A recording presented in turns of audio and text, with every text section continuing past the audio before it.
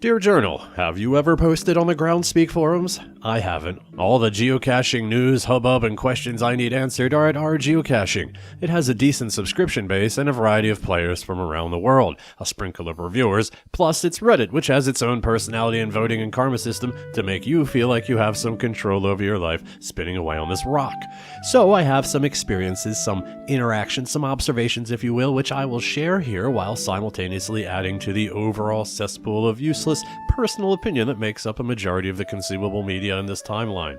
First, since I know I will be sharing this entry on our geocaching itself, allow me to secure my upvotes by quickly showing my off-topic but hilarious family pet vids. Who's a good boy? Are you a good cat? Yeah?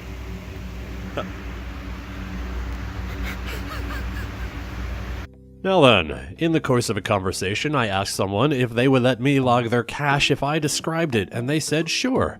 I said it has the mass of a cigarette box, a non-screw-on lid, rounded edges, not magnetic, difficulty 2. Well, I'm mostly sure I don't want to add to my tally that way, but I certainly want someone else to notice what happened in much the same way a child goes, "Did you see that?" when he makes his first basket. Question, would you log the fine if you talked out of your ass and somehow got lucky in this scenario? Anyone remember this guy? I miss him.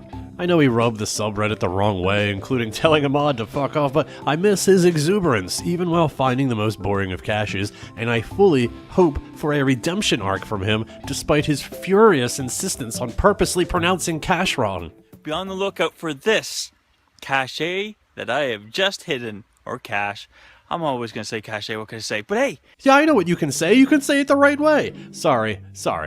An AMA is where a group of people asks a person or panel about a set topic or idea, and our geocaching had one with, in this case, Mountain Bike, father of the geocoin, first reviewer, hider of the first geocache in Idaho, and heir to the holy rings of Beta Z. Oh, Jean-Luc, what naughty thoughts! Sorry again, the brain does what the brain doth want and such. We also have Brian, co-founder of HQ and Groundspeak president. I thought, cool, the Prez, eh? I know this subreddit has some die-hard and articulate cachers floating around, so this should be interesting. Oh yeah, and Eileen from HR, but come on Eileen. I swear what I mean at this moment, you mean everything to me.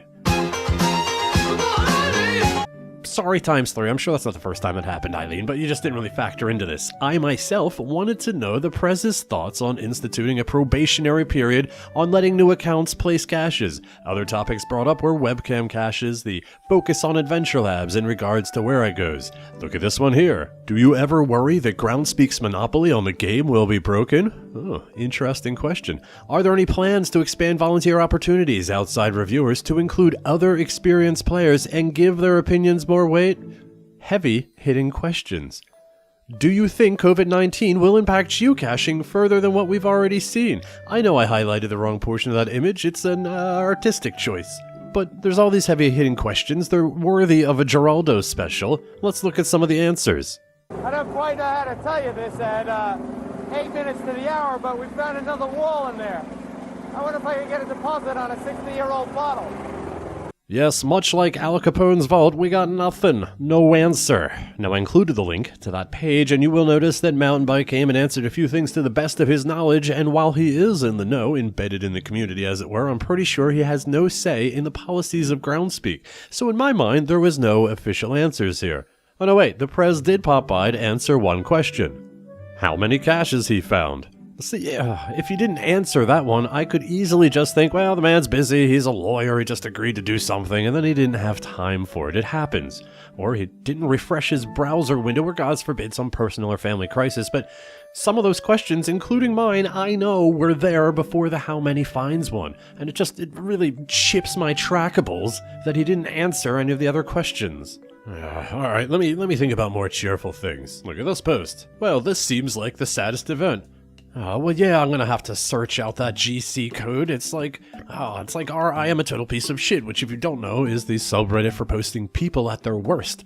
And I don't know why I go there. I don't know why I click on the links because I know I'm just gonna be angry. I know I won't be able to do anything and I'll just feel a sense of impotence. Well, more impotence than usual, so why the hell am I gonna search up this GC code? What is so sad? At age 87, it is time to give away my inventory of geocache material for free.